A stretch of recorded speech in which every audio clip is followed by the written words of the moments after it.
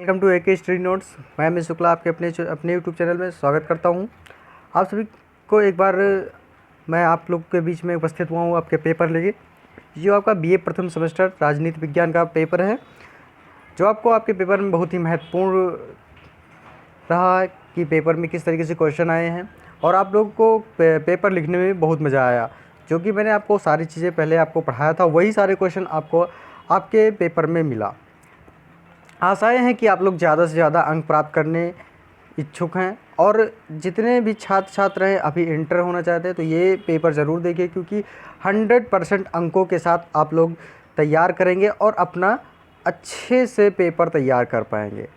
अब बात करते हैं आपके जो सेमेस्टर वाइज क्लासेस चल रही थी और सेमेस्टर वाइज जो परीक्षाएं हो रही हैं, उसमें महत्वपूर्ण बिंदु यहीं से माना जाता है कि आप लोग कितना तैयार किया है और कितने तैयार करके आप लोग अच्छे से पेपर दिए हैं। तो सारी जो कैलकुलेट होता है वो आपका रिज़ल्ट तब आता है, तब आपको एहसास होता है कि शायद मैंने पहले पढ़ा होता तो अच्छा रहता। तो ऐसे आप लोग कभी भी मत चूकिए, क्योंकि आपके पास ज्ञान की धारा बह रही हैं और आप लोग को बटोरना है और आप लोग को अच्छे तरीके से आपको अपने मैनेजमेंट करना है। तो अब मैं आपको बताऊंगा कि किस तरीके से आपको पेपर तैयार करना है और कैसे क्वेश्चन आपके पेपर में आते हैं। बस यही चीज़ें जो छात्र छात्राएं होते हैं वो समझ नहीं पाते हैं और पेपर को तैयार नहीं कर पाते हैं। तो मैं आपको बताऊंगा कि आपका पेपर इस तरीके से आएगा और आप लोग को इतने लेवल तक पढ़ना है। तो बने रहे वीडियो के अंत तक, और जिन्होंने अभी तक वीडियो को लाइक नहीं किया तो लाइक कर दें और चैनल को ज़रूर सब्सक्राइब कर दें, जिससे आने वाले सारे वीडियो आप लोग को मिलती रहे। बात करेंगे आपके जो सेमेस्टर वाइज क्लासेस चल रही है, तो आप लोग को ढूंढने की ज़रूरत नहीं है। हमारे AK स्टडी नोट जो चैनल दे रखा है, वहाँ से आप लोग जो AK स्टडी नोट का चैनल से आप लोग जुड़कर वहाँ से आप लोग पढ़ सकते हो। और सारी आपके जो यूट्यूब के वीडियो हैं सेमेस्टर वाइज, तो सारे आपके क्लासेस बाई क्लासेस चल रही हैं। आप देखते रहिए, क्योंकि आप देखेंगे तभी आपको समझ में आएगा कि पेपर में कितने क्वेश्चन हमारे पुट अप हो रहे हैं, और इसी वजह से आपका सिलेबस भी कंप्लीट हो जाएगा। चलिए चलते हैं आपके पेपर की तरफ कि कैसे पेपर आया था। कुछ पेपर आपका इस तरीके से था। BA सेमेस्टर एग्जामिनेशन 2022, ये रहा 2022 का सेमेस्टर, यानी कि नई शिक्षा नीति जो न्यू हमारी एजुकेशन पॉलिसी लागू हुई थी वो 2020 की, वो कुछ इस तरीके से थी। यानी कि मेजर और माइनर सब्जेक्ट जो जिन्होंने सेलेक्ट किया था उस हिसाब से ये पेपर आपका आया है। और रहा आपका पॉलिटिकल साइंस, पेपर कोड ये आपका आता है। और ये आपका जो पेपर नेम है वो Indian national movement and constitution of India, यानी कि बात करते हैं तो इंडियन नेशनल मूवमेंट और कॉन्स्टिट्यूशन इंडिया से संबंधित सारे क्वेश्चन आपके आते हैं। मैक्सिमम आपका अंक होगा 75 नंबर का, और इसमें आपका जो टाइमिंग दिया गया है आपके पेपर का वो 3 घंटे हैं। Note attempt all section as per instruction है कि सभी खंडों के उत्तर निर्देशानुसार आप दीजिए। यानी कि जो आपका सेक्शन डिवाइड है वो 3 खंडों में डिवाइड है। हाँ, और इसी तरीके से आप लोग करते रहेंगे। ऑल राइट क्वेश्चन करते रहिए, ऑलमोस्ट अपने आप को मजबूत करते रहिए। अब बात करेंगे आपके नेक्स्ट चल के सेक्शन A की तरफ। सेक्शन A का क्वेश्चंस आपके कुछ इस तरीके से आए हुए हैं। Note attempt all question, give answer of each question in about 50 words. यानी कि यहाँ पे सभी क्वेश्चन करने के लिए बोल रहा है और प्रत्येक आंसर क्वेश्चन का आंसर आपको 50 शब्दों में लिखना है, जैसे कि यहाँ पे आपको दर्शाया गया है। एक क्वेश्चन आपका 2 नंबर का है और पहला क्वेश्चन आपका आ गया क्विट इंडिया मूवमेंट, यानी भारत छोड़ो आंदोलन। यानी कि भारत छोड़ो आंदोलन प्रारंभ कब हुआ और किसके द्वारा किसके द्वारा लागू किया गया। तो यहाँ पे महात्मा गांधी जी का योगदान सबसे ज़्यादा हुआ है, तो इस वजह से आप लोग इस पर टिप्पणी लिखिए। यानी कि यहाँ पे आपको भारत छोड़ो आंदोलन कब शुरू हुआ और ये कब जाके ख़त्म हुआ और ये किसके द्वारा चलाया गया, तो ये सारी चीज़ें यहाँ पे आपको लिखनी थी। चलिए नेक्स्ट क्वेश्चन की तरफ चलते हैं। और इसके आपको अगर सॉल्यूशन चाहिए तो हमारे यूट्यूब में सेक्शन वाइज क्लासेस चल रही है। पॉलिटिकल, हिस्ट्री, ज्योग्राफी, जितने भी छात्र छात्राएं हैं जिस सब्जेक्ट का चाहिए, तो सारे हमारे यूट्यूब चैनल में सारी क्लासेस चल रही हैं। तो आप लोग वहाँ से पढ़ते रहिए और अपना पेपर भी देखते रहिए। नेक्स्ट है आपका दूसरा क्वेश्चन आपका रहा कि main features of the government of India in 1935, यानी कि 1935 के भारत शासन अधिनियम के मुख्य विशेषताएं क्या थीं। यानी कि 1935 की जो भारत शासन अधिनियम था उसकी क्या मुख्यता, क्या विशेषताएं थी, कौन सी धाराएं कब लागू की गई, तो ये सारी चीज़ें आपको 1935 के अंतर्गत लिखने थे। अब तीसरा क्वेश्चन आपका आ गया, राइट टू कॉन्स्टिट्यूशनल रिमेंडलेस, यानी कि संवैधानिक उपचारों का अधिकार, यानी संवैधानिक जो उपचार हैं उसके बारे में आपको लिखना है।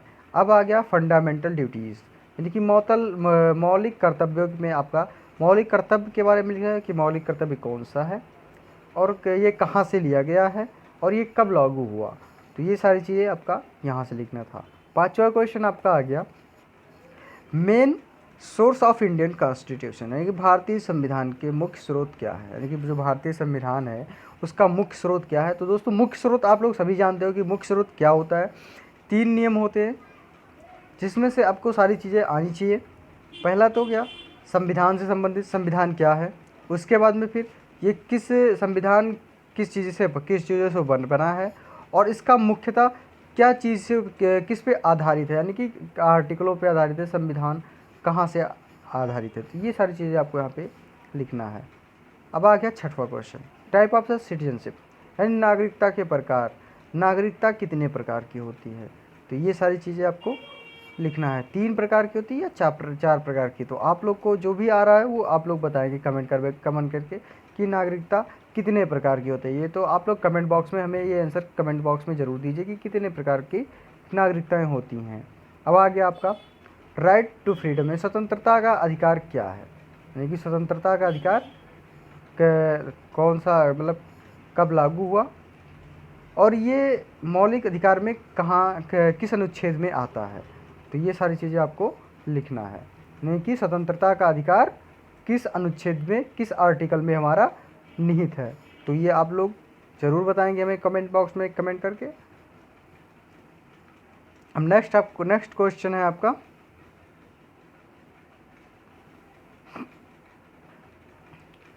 ये रहा इक्वलिटी बिफोर लॉ, यानी कि विधि के समक्ष समानता, ये भी आपका इम्पोर्टेंट है। यानी कि स्वतंत्रता का आर्टिकल किस अनुच्छेद में स्थित है, इसी तरह विधि के समक्ष समानता, तो ये भी आपको किस आर्टिकल में मिलता है, विधि के समक्ष समानता।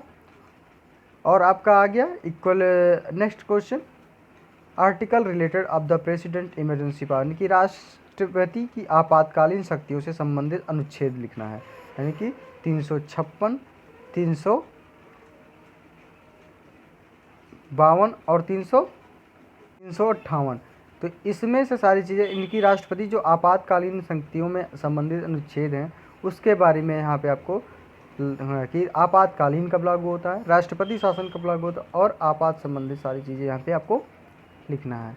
अब 10वां क्वेश्चन आपका क्या, रोल ऑफ इलेक्शन कमीशन, निर्वाचन आयोग की भूमिका है कि निर्वाचन आयोग कब निर्वाचन आयोग का चुनाव कब लागू होता है और किस स्टेट से लागू होता है, कब, कैसे, इसका आर्टिकल क्या है, तो ये सारी चीज़ें यहाँ पे आपको लिखना है। तो इस तरीके से आपका जो वेरी शॉर्ट क्वेश्चन आंसर थे वो यहाँ पे आपको मिला। तो क्वेश्चन तो सारे अच्छे थे, ये भी आपके मौलिक अधिकार से आए हुए हैं, ये आपका राष्ट्रपति से है, ये आपका निर्वाचन आयोग से है।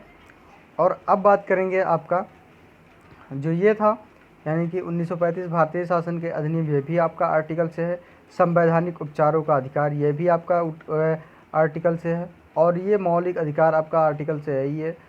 और भारतीय संविधान के स्रोत, ये पहले ही इसकी विशेषता है कि मौलिक संविधान के स्रोत, मुख्य स्रोत क्या हैं। नागरिकता का प्रकार, ये भी पहले ही आपको मिलता है। और राइट ऑफ द फ्रीडम, स्वतंत्रता का अधिकार, ये आपका मौलिक अधिकार से एडजॉइंट है। तो इस तरीके से आप लोग अपना पेपर आपका आया था।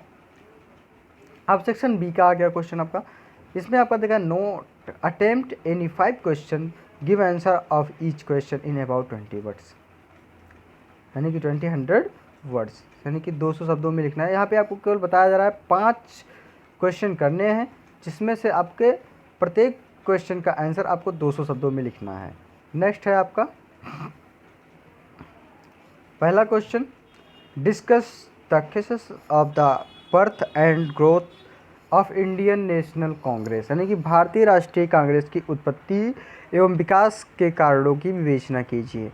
तो इन्होंने उस उत्पत्ति किसके, ए.ओ. ह्यूम के द्वारा उत्पत्ति हुआ था। भारतीय राष्ट्रीय कांग्रेस की जो स्थापना हुई थी वो ए.ओ. ह्यूम के द्वारा हुई थी। तो ये इसी तरीके से आप लोग को सारी चीज़ें आ रही है और किस सन में आपकी हुई थी। तो आपका सेकंड क्वेश्चन हो गया। तीसरा आपका आ गया, डिस्कस द इम्पोर्टेंस आप स्वदेशी मूवमेंट, यानी कि स्वदेशी आंदोलन के महत्व की विवेचना कीजिए। यहाँ पे आपका स्वदेशी आंदोलन किसके द्वारा चलाया गया था और ये कब तक लागू हुआ, और स्वदेशी आंदोलन किसके प्रति आधारित, यानी कि किसके प्रति आधारित थी और ये कब आधारित हुआ। तो ये स्वदेशी आंदोलन पे यहाँ पे आपको लिखना था। विदेशी कपड़ों का बहिष्कार हुआ और सारी चीज़, जो भी आपका पॉइंट हो आप लोग यहाँ पे लिख सकते हो। चौथा क्वेश्चन आप क्या, कैरेक्टरिस्टिक ऑफ इंडियन कॉन्स्टिट्यूशन, भारतीय संविधान की विशेषताएं, यानी कि भारतीय संविधान की जो विशेषताएं हैं वो किस प्रकार आधारित है, यहाँ आपको लिखना था। अब आप क्या आ गया, directive principle of the state policy, यानी कि राज्य के नीति निर्देशक सिद्धांत के तत्व कौन कौन से हैं। तो नीति निर्देशक सिद्धांत कहाँ से है दोस्तों, ये आपका आयरलैंड से है और आयरलैंड से नीति निर्देशक के सिद्धांत लिया गया है और इसके जो मेन तत्व हैं वो क्या हैं, ये चीज़ें आपको समझनी थी, यहाँ पे आपको लिखनी थी। नेक्स्ट क्वेश्चन आपका आ गया छठा क्वेश्चन है, explains the legislative power of the Lok Sabha, यानी कि लोकसभा की विधायी शक्तियों की व्याख्या कीजिए। लोकसभा की जो विधायी शक्तियाँ हैं, यानी कि जो आपकी लोकसभा की जो विधानसभाओं की शक्तियां हैं उसके बारे में, विधायकों की शक्तियों के बारे में आपको लिखना था। सातवां क्वेश्चन आपका आ गया, explain the power of the chief minister in Indian states, यानी भारतीय राज्यों में मुख्यमंत्री की शक्तियों की परीक्षण कीजिए। यानी कि जो भारत के राज्यों में जो मुख्यमंत्री निहित होते हैं उनकी जो शक्तियाँ होती हैं वो किस पर आधारित होती हैं, इनकी मेन शक्तियों के बारे में लिखना था।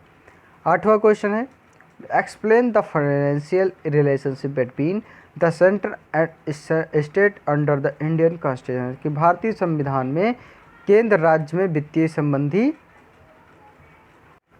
संबंधों की व्याख्या कीजिए। तो इस तरीके से आपको भारतीय संविधान में केंद्र राज्य के वित्तीय संबंधों की व्याख्या करना था। बात करेंगे यहाँ पे जो भारतीय संविधान का है, केंद्र और राज्य में जो वित्तीय संबंध है उसके बारे में आपको लिखना है कि केंद्र में किस प्रकार से होता है और राज्य में किस प्रकार से होता है, और इन दोनों का जो मसला होता है वो संसद में किस तरीके से पेश किया जाता है। तो ये सारी चीज़ें आपका यहाँ पे लिखना होता है। स्टेट के अंडर सारी चीज़ें आपको जानकारी होनी चाहिए। अब बात करेंगे नेक्स्ट क्वेश्चन की। नौवां क्वेश्चन रहा, Indian the role and function of the government in India, governor in India, Bharat में राज्यपालों की भूमिका एवं कार्यों की विवेचना कीजिए।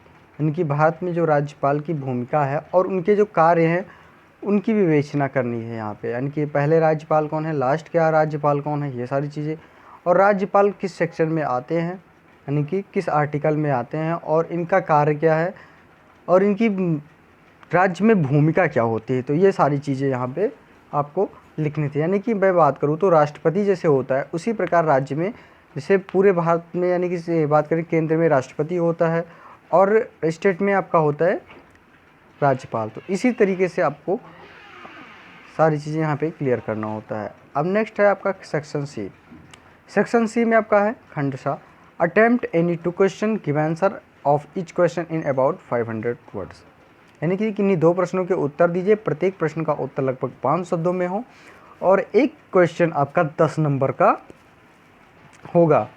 अब आपका क्या 10वां क्वेश्चन रहा, the discuss the role that the prime minister plays in India parliamentary democracy, यानी कि भारतीय संसदीय लोकतंत्र में प्रधानमंत्री की भूमिका का विवेचन कीजिए। अब यहाँ पे आपको प्रधानमंत्री के बारे में लिखना है, यानी कि प्रधानमंत्री किस आर्टिकल में आते हैं और भारतीय संसदीय लोकतंत्र में प्रधानमंत्री की भूमिका की क्या महत्व है, इसको यहाँ पे आपको लिखना था। क्वेश्चन आपके बड़ी ही मज़ेदार और इम्पोर्टेंट हैं। ये सारे क्वेश्चन मैंने आपको क्लासेस वाइज चला के पढ़ाया है, और जो भी नहीं पढ़ा है वो आने वाले वीडियो में मैं आपको सारी चीज़ें बताऊंगा। 11वां क्वेश्चन आपका रहा, what is the importance of the preamble of the constitution in India discuss. भारतीय संविधान की प्रस्तावना का क्या महत्व है, व्याख्या कीजिए। यानी कि भारतीय संविधान की प्रस्तावना के बारे में लिखना है और इसको आपको व्याख्या करना है कि पूरा इसको आपको डिटेक्ट करके डिफाइन करना है। यानी कि यहाँ पे आपको अखंडता और प्रभुता के बारे में भी लिखना है, यानी कि जो इनको वर्ड अपनाए गए हैं अखंडता प्रभुता का, तो यहाँ पे आपको क्लियर करना है। 12वां क्वेश्चन है, explain the fundamental right as detailed in the Indian constitution.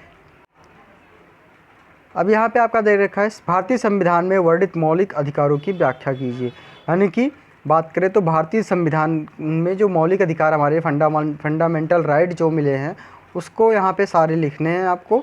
यानी कि जो हमारे, आप बता दें हम आपको कि हमारे जो भारतीय संविधान में मौलिक अधिकार दिए गए हैं वो कितने हैं, मुख्य रूप से 7 हैं। मुख्य रूप से 7 हैं। जो हमारा एक तो हटा दिया गया है संपत्ति का अधिकार, और अब वो संपत्ति का अधिकार है 44वें संविधान संशोधन के अनुसार इसको हटा दिया गया है। और इसको किसमें इसको अब बात करें तो कितने बचे हैं, 6 मौलिक अधिकार हमारे बचे हुए हैं। तो इस तरीके से दोस्तों आपका मौलिक अधिकार के बारे में यहाँ पे आपको लिखना था। अब बात करेंगे आपको 13वें क्वेश्चन की, explain the power and functions of the supreme court. यानी कि सुप्रीम कोर्ट यानी सर्वोच्च न्यायालय के कार्य एवं शक्तियों की विवेचना कीजिए। यानी कि बात करें तो यहाँ पे आपका सर्वोच्च न्यायालय की जो शक्ति है और कार्य हैं उसके बारे में आपको लिखना है। तो यानी कि बात करेंगे तो सारी चीज़ें यहाँ पे आपको लिखना था, और सारी चीज़ें आपको समझ भी आया होगा कि क्वेश्चन कितने अच्छे आए हुए हैं। और जिन छात्र छात्राएँ अभी तक हमारे वीडियो को लाइक नहीं किया है तो लाइक कर दें और चैनल को ज़रूर सब्सक्राइब कर दें, क्योंकि आने वाले सारे वीडियो आप तक पहुँच सके। और इसमें मैंने आपको सारी की सारी चीज़ें मैं पढ़ाने की पूरी कोशिश कर रहा हूँ, और जो भी आपको नहीं पढ़ाया है वो आपको अगले वीडियो में, यानी कि आने वाले सारे आपके जो टॉपिक, यानी कि आपके सीरियल वाइज क्लासेस चल रही हैं, सिलेबस टू सिलेबस क्लासेस चल रही हैं, तो आप लोग ज़रूर देखते रहिए, क्योंकि आपका एक समान क्लासेस चल रही हैं उसमें से सारे आपके चैप्टर वाइज क्लासेस में आप लोग ज़रूर पढ़ लीजिए। और अभी तक जिन्होंने सारी चीज़ें, ये क्वेश्चन आपने तैयार नहीं किया था, तो आप लोग फिर से, यानी कि जो कोई भी आप लोग हमारे चैनल से नहीं जुड़ा है तो जुड़ जाइए और सारे आपके तैयार हो जाएंगे। तो इसी के साथ दोस्तों मैं अगली वीडियो के साथ ज़रूर उपस्थित हूँ, और इसका PDF चाहिए तो हमारे YouTube के डिस्क्रिप्शन बॉक्स में टेलीग्राम का लिंक दिया गया है, वहाँ से आप लोग जुड़कर आप लोग PDF प्राप्त करते हैं। तो दोस्तों जय हिंद दोस्तों।